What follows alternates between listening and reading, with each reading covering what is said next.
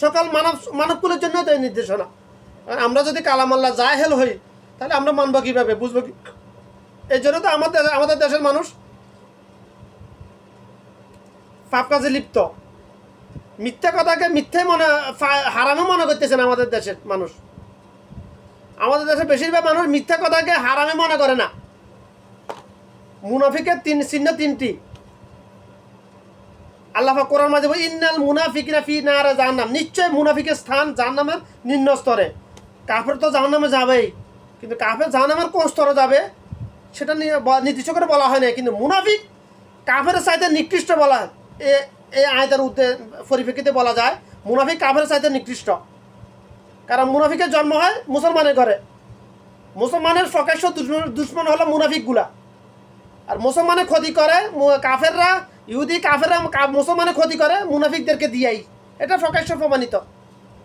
এই জন্য মুনাফিকের স্থান জাহান্নামের আল্লাহ পাক বলেছেন। মুনাফিকের চিহ্ন তিনটি। মুনাফিকটা সবাই দুনিয়া লোভী হয়। মুনাফিকটা 100 মিয়াফিল মিয়া দুনিয়া লোভী হয়।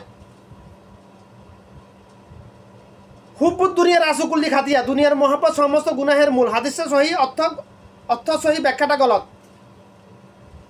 এই হাদিসের পরিপূর্ণ ব্যাখ্যা হলো দুনিয়ার প্রতি অতিরিক্ত মহাব্বত সমস্ত গুনাহের মূল। আর দুনিয়ার প্রতি অতিরিক্ত মহাব্বত কাদের কলবে ঢুকাই দেয়? শয়তান, মুনাফিকদের কলবে।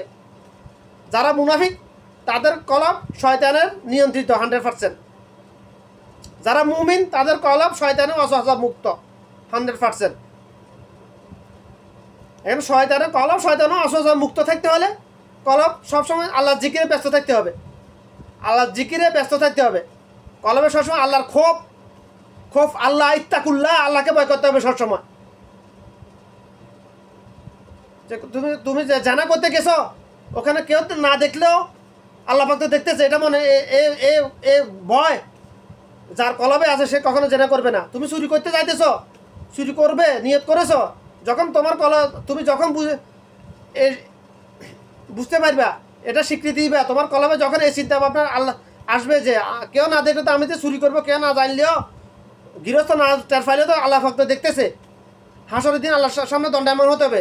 যখন তোমার কলবে এই চিন্তা আসবে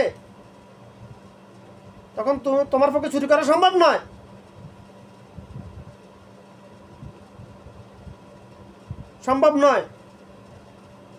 তোমার পক্ষে মুনাফিকি করা সম্ভব না। মুনাফিকের চিহ্ন তিনটি। যখন কথা বলে মিথ্যা বলে, তার কাছে কোনো আমানত রাখে, আমানতের খিয়ানত করে, কারোর সাথে ওয়াদা করলে ওয়াদা ভঙ্গ করে। এই মুনাফিকের তিনটা চিহ্নের মধ্যে একটা চিহ্ন নাই এরকম আদম সন্তান পৃথিবীতে খুব রেয়ার বর্তমানে। আজ থেকে 10 বছর আগে এরকম ছিল না। আজকের কথা বলতেছি বর্তমানে এই মুনাফিকের তিনটা চিহ্নের মধ্যে একটা চিহ্ন নাই। এটা আমার 25 বছরের রিসার্চ ভাই, 2 মাস 6 মাস 2-4 বছরের রিসার্চ নয়। আমি আজকে টানা 25 বছর মানুষের উপরে রিসার্চ করে গত কোরবানি ঈদের প্রায় 1 মাস আগে আমার এই রিসার্চটা সমাপ্ত করেছে আল্লাহ পাক একটা ওমানি একটা পরিবারের মাধ্যমে। পরিপূর্ণ 100% মিয়াফিল মিয়া আমার এই কথাটা সত্য। কিয়ামতের আগে এটা মিথ্যা প্রমাণ করতে পারবে না। কেন পারবে না? আমি আজকে বলতেছি আর দ্য মোমেন্ট বর্তমান পৃথিবীতে মোট আদম সন্তান মুসলমান করে জন্ম নেওয়া মুনাফিক, যেহেতু মুনাফিকের জন্ম মুসলমানের করে জন্ম নেওয়া মোট আদম সন্তানের মধ্যে মিনিমাম 97% মুনাফিক। আজকের কথা বলতেছি। আজ থেকে 1 বছর পরে আরও তাও কমে যাবে। আজ থেকে 2-4-5 বছর পরে 1% পাবে না। আমি 97% বলছি, একটু স্পেস রেখেছি, খালি জায়গায় রেখেছি এখানে। আসলে 97% নয়, 1%। 99% মুনাফিক অ্যাট দ্য মোমেন্ট। অর্থাৎ মুনাফিকের তিনটা চিহ্নের মধ্যে একটা চিহ্ন নাই এরকম আদম সন্তান সর্বোচ্চ একজন পাওয়া যাবে বর্তমান সময়ে। আজকের যুগের কথা বলতেছি। বাংলাদেশ, শুধু বাংলাদেশ নয়, বাংলাদেশ, ইন্ডিয়া, পাকিস্তান, ওমান, পুরা আরব দেশের এদের মধ্যে মুনাফিকের চিহ্ন আরও বেশি, চরিত্র আরও বেশি। এরা আল্লাহর কসম খায়, কথা আল্লাহর কসম খায়, মিথ্যা কথা বলে। বাংলাদেশের মানুষ মিথ্যা কথা বলে সত্য, কিন্তু কথা কসম খায় না। কথা যেখানে হাতে দুনিয়াবী স্বার্থ বেশি ওখানে আল্লাহর কসম খায়, মিথ্যা কথা বলে। যেখানে দুনিয়াবী স্বার্থ কম ওখানে কথা মিথ্যা কথা, আল্লাহর কসম খায়, মিথ্যা কথা বলে না। কিন্তু আমি মোট পুরো পৃথিবীর আদম সন্তানের মুসলমান করে জন্ম আদম সন্তানগুলোর মধ্যে যারা মুসলমান দাবিদার তাদের কথা বলছি। তাদের মধ্যে আজকের হিসাবে একটা মোমেন 99% মুনাফিক। অর্থাৎ মুনাফিকের 3টা চিহ্নের মধ্যে একটা চিহ্ন নাই এরকম। মিথ্যা কথা বলে না, মিথ্যা কথা বলে এই চিহ্নটা আছে। মিথ্যা কথা বলে তারা দুনিয়ার লোভে মিথ্যা কথা বলে, এই চিহ্নটার মধ্যে আছেই আছে 99% আদম সন্তানের মধ্যে আজকের হিসাবে। যেদিন হাজারে 2-1 হয়ে যাবে, 100-1 থাকবে না, হাজারে 5 জন কিংবা 2 জন হয়ে যাবে, 3 জন হয়ে যাবে। কিয়ামতের আগে যেদিন কিয়ামতের আগে মুনাফিক হয়ে যাবে, মানে নামদারি মুসলমান কিন্তু মুনাফিক, মিয়াফিল মিয়া মুনাফিক হয়ে যাবে, ওই দিন কিয়ামত হবে। এই জন্য আমার এই রিসার্চ কিয়ামতের আগে কেউ ভুল প্রমাণ করতে পারবে না, কারণ মুনাফিকের সংখ্যা আস্তে আস্তে বাড়তে থাকবে, কমবে না কখনো। মুনাফিকের সংখ্যা যদি না বাড়ে কিয়ামত হবে না ভাই। মুনাফিকের সংখ্যা যদি না বাড়ে তাহলে কিয়ামত হবে না। আর মুনাফিকের জন্ম হয় কাফের মুসলমানে করে। কাফের তো কাফের, হ্যাঁ মুনাফিক বললে বললে বললে বলা মানে হ্যাঁ মুনাফিকের অপমানি করা, শয়তানের অপমানি করা। কাফের তো কাফের, হ্যাঁ তো এনে যান না বিদে বেতন হিসাব, হ্যাঁ তো যে যান নামে হাতে। কিন্তু মুনাফিক, বেশিরভাগ মুনাফিক ছিল যার নামই। আবার মুনাফিকরা মুনাফিকি করতে করতে কখন তার ইমান চলে যায় হাতে জানে না এটা, কারণ হাতে স্বীকারে করা হাতে যে মুনাফিকি করতে, হাতে পাপ করতেছে, হাতে যে পাপ কাজে লিপ্ত, জঘন্যতম পাপ কাজে লিপ্ত, কবিরা গুণা লিপ্ত মুনাফিকরা হাতে এটা স্বীকারে করে না। বেশিরভাগ মুনাফিকরা মিথ্যা কথা বলা হারাম, মিথ্যা কথা বলা কবিরা গুণা, এটা স্বীকারে করে না।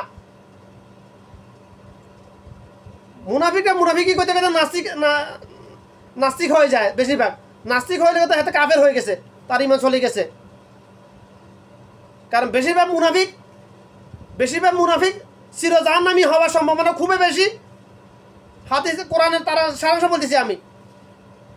গুটি অল্প সংখ্যক মুনাফিক যদি আল্লাহ তাদেরকে তৌফিক দিয়ে মৃত্যুর আগে, সাকরাতুল মওত শুরু হওয়ার আগে, মালাকুল মওত সামনে আসার আগে যদি আল্লাহ যদি তাদেরকে তৌফিক দান করে যে তার পাপ কাজে সে মুনাফিকি থেকে বিরত তওবা করে ঈমান আনার যদি সুযোগ দেয় তাকে আল্লাহ পাক, তাহলে সে জাহান্নাম থেকে মুক্তি পাবে ইনশাআল্লাহ। না হলে সে মুনাফিক, বেশিরভাগ মুনাফিকই ছিল জাহান্নামী। কারণ মুনাফিকদের একটা ফিতরত হলো তারা কখনো স্বীকার করে না সে যে ভুল করতেছে, সে যে পাপ কাজে লিপ্ত, সে যে জঘন্যতম পাপ কাজে লিপ্ত। মিথ্যা সকল পাপের জননী। আহার মিথ্যা কথা বলা নিয়ে ব্যাখ্যা কথা বলতে গেলে আমার কয়েক মাস চলে যাবে। শুধু কেন মিথ্যা বলা কেন হারাম করেছে আল্লাহ পাক, এ কেনর কথা উত্তর ব্যাখ্যা দিতে গেলে আমার কতদিন চলে যাবে, যা লাগবে এটা আমি জানি না। কেন হারাম করেছে মিথ্যা কথা বলা? কারণ বাংলাদেশে যদি আমি এর সঙ্গে একটা কথা বলি, বাংলাদেশের মোট জনসংখ্যার মধ্যে 90% মুসলমান বলে। মুসলমান আসলে মুসলমানের ঘরে জন্ম, কিন্তু মুসলমান নয়। মুসলমান আছে সর্বোচ্চ 10%। এই 10%-এর মধ্যে মুনাফিকের চরিত্র একটা না একটা চরিত্র আছেই, মিথ্যা কথা বলা চরিত্রটা আছেই। যদি 90% মুসলমান হইতো আসলে, অর্থাৎ বাংলাদেশের মোট জনসংখ্যার মধ্যে তারা মোট জনসংখ্যার মধ্যে 90% মুসলমান যাদেরকে বলতেছ মুসলমান বলতেছ, 90% যদি মিথ্যা কথা বলা ছাড়ি দেয়, শুধুমাত্র মিথ্যা কথা বলা যদি ছাড়ি দেয়, মিথ্যা কথা বলাটাকে যদি ওইরূপ হারাম মনে করে, যেরকম হারাম মনে করতে পৃথিবীর সকল মুসলমান নামধারী আদম সন্তান শুকর এবং কুকুরের গোস্তকে, তাহলে বাংলাদেশ থেকে যত রকম অপরাধ আছে, পাপ কাজ আছে, 90% পাপ কাজ এমনিতে গায়েব হয়ে যাবে ভাই, এমনিতে গায়েব হয়ে যাবে। কোনো আইনের দরকার, আইন কোর্ট কাছারির দরকার নেই, আইন আদালতের দরকার নেই, পুলিশ আর্মি বিডিআরের দরকার নেই ভাই, রাইবের দরকার নেই তাদেরকে দমন করার জন্য, অপরাধ দমন করার জন্য। এমনিতে গায়েব হয়ে যাবে। আমি আবার বলতেছি, বাংলাদেশে আদম সুমারি অনুযায়ী, রিপোর্ট অনুযায়ী 90% মুসলমান। আমি বলতেছি 90% তো দূরের কথা, 10%ও নাই। যদি 90% মুসলমান হয়, যারা মুসলমান 90% মুসলমান মানে মুসলমান মা বাপের ঘরে জন্ম নেওয়া আদম সন্তান, এটার মূল অর্থ হলো এটাই। আসলে প্রকৃতপক্ষে মুসলমান নয়, কালামালা জানইয়া বুঝইয়া মানইয়া মুসলমান নয় তারা।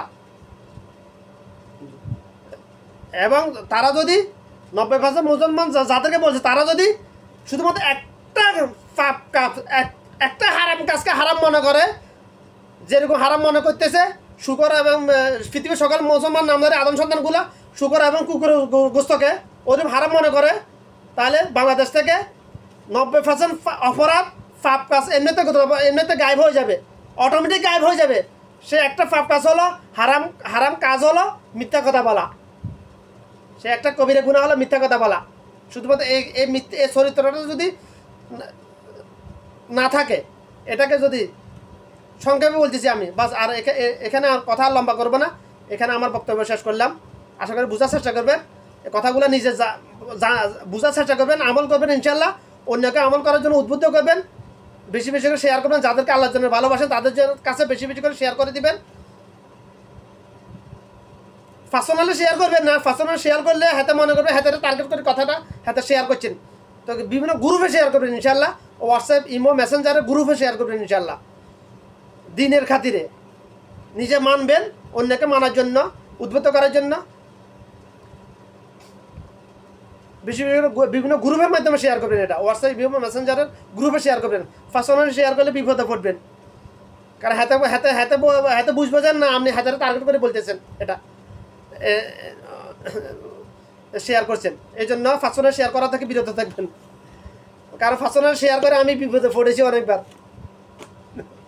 আমার উদ্দেশ্য ছিল তাদের কলবে একটু ধাক্কা লাগানো, ইমানি জজবা আনা, ফিরিয়ে আনা, কিন্তু তাদের কলবে না ধাক্কা লেগে ইমোশনাল হিট লেগেছে, বিপদে পড়ে গেছি আমি অনেকবার, একবার দুইবার না অনেকবার বিপদে পড়েছি আমি। এই জন্য পার্সোনাল শেয়ার করা থেকে বিরত থাকবেন ইনশাআল্লাহ।